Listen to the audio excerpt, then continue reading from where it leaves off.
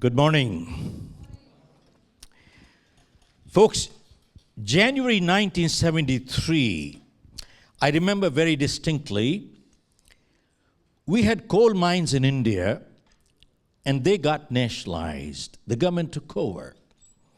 And right from being a mine owner, we came on the street. Street means street. We had 1,000 people working.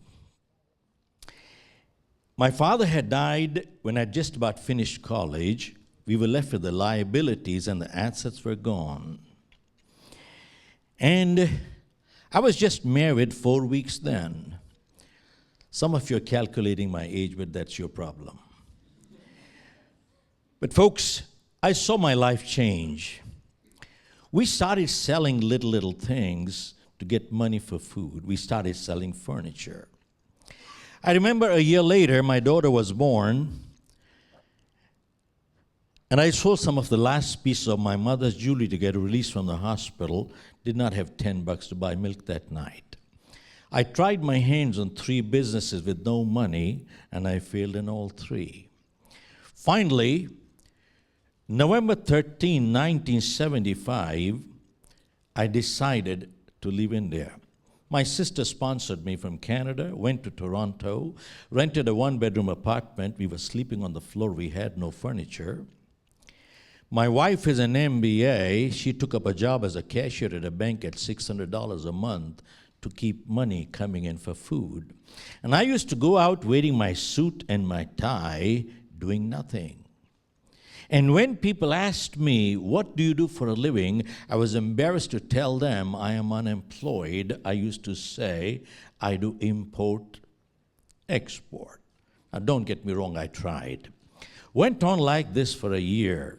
Now, just about that time, after a year, I was going through a trade show and a young Canadian was following me from behind, looked like a handyman, came close, asked my name, and he asked me, what do you do for a living? I said, import, export. And he asked me, how much money do you make?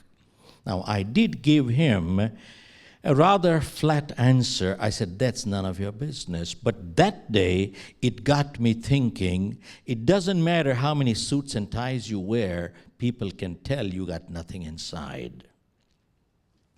Well, I asked him, his name was Bill Weir, and I said, what do you do for a living? He said, I simonize cars. Now, folks, people who don't know what simonizing is, it's a glorified word for washing cars with the machines, that's all. Well, I asked him, how much money do you make? He says sometimes $25, $30, $45, $55, depending on the number of cars I wash. As we went out of the auditorium, as if he could read my mind, right outside he stopped me, looked into the eye, and he asked me, would you like to wash cars with me? I started thinking, how long can I go like this? I got nothing to eat. I asked him, what will you pay me? He said, I'll take off $5 for the chemicals, rest we will split half. I said, when do we start? He said, tomorrow. I asked him, I said, Bill, washing cars is not high tech. You're doing well by yourself. You don't need a joint venture collaboration. Why do you want to split money with me? He said, Shiv, washing cars alone can get very lonely. I just need somebody to talk to, that's all. Well, next day went out washing cars. We made $25 each. The day after, 45, 25, 55. Every day started making little money, and I started buying things for the home. And right about that time, I saw an ad in the newspaper. You want to make some extra money, do the door-to-door demos for vacuum cleaners. I'm sure you must have seen those. I responded to the ad. There were a couple of 100 people. They gave us a pep talk, and they said, go do the demo. And every demo you do, you get paid $5. Folks, I was genuinely naive. I actually believed we only had to do the demo and not to sell. So I used to go to an apartment building, knock a door. When the lady or the man used to open, I used to say, ma'am, you don't have to buy the vacuum cleaner. All that you got to do is take a demo and I'll get paid $5. So some people took pity on me, let me come in. Some people kicked me out and some people slammed the door, and that was fine. One day, I was doing a demo in an Indian family's home. And the man and woman were sitting on the sofa and I was on the floor. And this man, instead of looking at the vacuum cleaner, he kept looking at me all the time. So I asked him, "Sir, did I do something wrong?" He said, "No." I said, "Then why do you look at me this way?"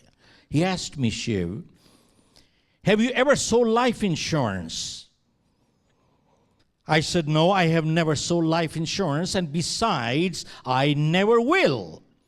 Because I remember back home in India, that agent, that pest, who would not leave your life for 3 hours till you signed the application." I said, "No wonder they call them life insurance agents, because they don't leave your life." Well, I said, "I will never be that pest in my life." He said, "No, Shiv, it doesn't work that way here. Look at me. I'm a life insurance agent. Look at my lifestyle. I drive a Lincoln." Later on, I came to know he was working for MetLife, and they had a recruitment drive going on. If you recruited a new salesperson, you would get a Samsonite briefcase. So I was the briefcase. Well, folks, I finished the demo and I left, but when you cannot go straight, you go the other way around. We were living in the same building, and somehow his wife became friendly with my wife and convinced her that selling life insurance was the right thing to do. And my wife also knew we couldn't go through life washing cars. We had to do something different. I had a family to support our little daughter, and my wife also knew my failure record in life was pretty good. Even in school, I wasn't the brightest kid. I was the backbencher troubling the front benchers. In my 8th grade, out of 6 or 7 subjects, I failed in all except one. So my principal called me and said, "Shiv, you're paying too much attention on one subject." Well, folks, out of 28 kids, I was number 27 because the 28th was absent. No kidding. My principal used to call my parents and tell them, "Get this kid out of the school. He's one kid who's going to bring the average of the school." Well, I was bringing the average down. I told my wife I'm not selling life insurance. She said, "Shiv, to sell life insurance, you gotta take an exam. Why don't you take the exam, and if you pass, you have a choice. Right now, you have no choice." I said, "All right, I'll take the exam, but I won't sell." Folks, I took the exam, and guess what? I passed. Well, this guy who's got everything rolling took me to his office, introduced me to his district manager, was a very sharp elderly man by the name of Joe Bonney, and he said, "Shiv, if you decide to become life insurance agent right now, I'll give you a draw of $150 a week, and I'll give you time to think before I withdraw the offer." He said, "You got 30 seconds to decide." I said, "Joe, you said you'll give me time to think." He said, "You have 20 left now." I said, "I'll take it." And now I became a life insurance agent, which I never in my life ever wanted to be. Now, they gave me the book, they gave me a little training, and they said, "Boy, go sell." And folks, for the next 3 months, I went out selling. I put in 100%. Why 100%? I actually put in 200%. We all can tell when we've done our best. We all can tell when we've not done our best. I can look at the mirror and say, I did my best. And guess what? I broke the company's record. Well, obviously, you're not impressed, are you? Oh, thanks a lot. Well, wait till you find which record I broke. How many sales I made? Almost none. So my manager called me right back. He said, "I've been in this life insurance business 35 years, and I've seen some slow starts in my life, but I've never seen one like you." He said, "Don't come back tomorrow, you're fired." I said, "Wait a minute, Joe, before you fire me, at least you hear me out. I'm not an educated person. I'm not a doctor, engineer, attorney, accountant. I'm a BCom 3rd division, failed in my 10th. I got a handicap. How do you expect performance out of me? Folks, that day, somebody spoke very harshly to me, and I'm glad he did. And later on, I realized it was not anger, it was concern. And here's what he said to me. He said, "You shut up, and listen to me." He said, "You don't have a handicap, you got a bad attitude. And it is people like you, not only do they ruin their own lives, but they also ruin their family's life too." And he said, "Do you know who has a handicap in life?" He said, "The doctor, engineer, attorney, accountant, they all have handicaps." I said, "Boy, never heard that one. How do they have handicaps?" He said, "Go check out all over the world. It is generally true, exceptions different. They all have chosen their field, they are stuck. They all have chosen the field, they are stuck." He said, "You haven't chosen your field. Don't you see the world is open to you?" I said, "Joe, I never thought from that point of view." He said, "Now that you're fired," he said, "you got all the time to think." He said, "Leave my office." Folks, I left his office that day.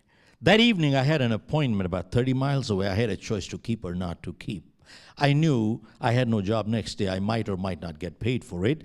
Well, I decided to keep that appointment that evening. It was 6:30. While I was driving, having failed one after the other in my life, that night I was feeling so depressed. I don't know what happened to me. I just burst out into crying. I couldn't understand what was going on in my life. I had a family to support. I had a little daughter. I didn't know how to earn a living. I kept crying. I kept praying. That night, that 30 miles distance seemed like 30 years. It's a lot easier to talk about it tonight. It was not easy that night.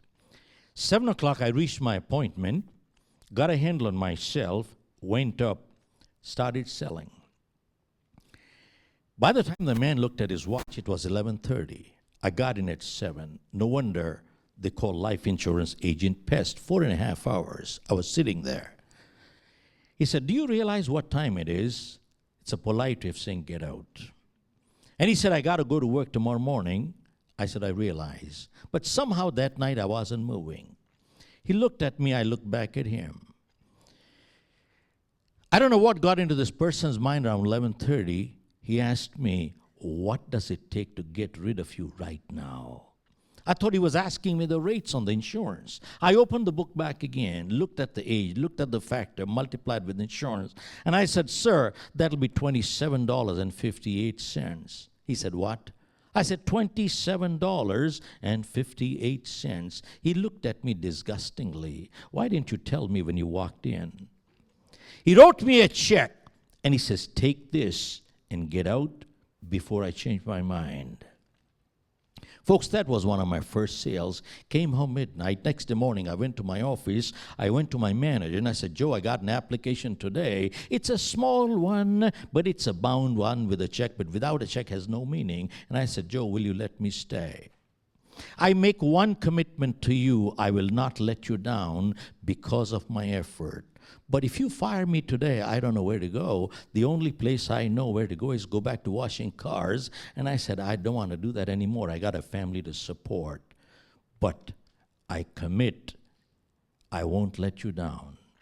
He looked at me. He says, "Shiv, that's not your small one. That's your big one." And he said, "I'll only let you stay here if you make a commitment, not to me, but to yourself. I'll let you stay." Folks, that day I made a commitment. And that was one of the turning points in my life. And he withdrew the papers. And that year I went ahead, sold close to $1 million. Next year, 3 million. The year after, close to 5 million. Moved on to the U.S., got into 3 businesses, bought out a company out of California in 1984, started a New Jersey operation with no clients, and I sold my company with close to 500 clients. Now, folks, why do I share my life with you? For a few reasons. Number one, I kept failing all my life and kept blaming the whole world for my failure, not realizing that I was my own biggest problem. Nothing changed outside, something changed inside here, and the direction in my life changed. Folks, let me ask you, many times in life, aren't we our own biggest problem? And the second lesson I learned was, folks, when he said to me, you shut up and listen to me, I learned that day that sometimes in life you got to be unkind to be kind. And I realized one more thing, that the greatest coaches in the world are the greatest critics in the world. Folks, and that they also realized one thing, that there are only two relationships in life that care to correct. World punishes. Only two relationships in life care to correct. Only parents and teachers in life care to correct. The world punishes. And that's the time I realized the difference between a promise and a commitment. Folks, a promise is an agreement we make with the world. A commitment is an agreement we make with ourselves. And folks, unfortunately, today's world runs away from commitments. In fact, they confuse the word commitment with confinement. Not true. In fact, confinement restricts you. Commitment frees you in life to do a lot of things. And folks, that's the time I realized the difference between a moral commitment and a legal commitment. I realized that in life, moral commitments are way, way, way stronger than legal commitments. And in this world of commitment phobia, the basic ingredients to success is missing. And if we want to succeed in life, we need to make a first commitment to our values. That is integrity. Live a life of integrity. That's first commitment. 2, we need to make a commitment to ourselves. 3, we need to make a commitment to our families. 4, we need to make a commitment to our organizations and our customers. And 5, we need to make a commitment to society. Only then, and then only, we have the basic ingredient and foundation to success.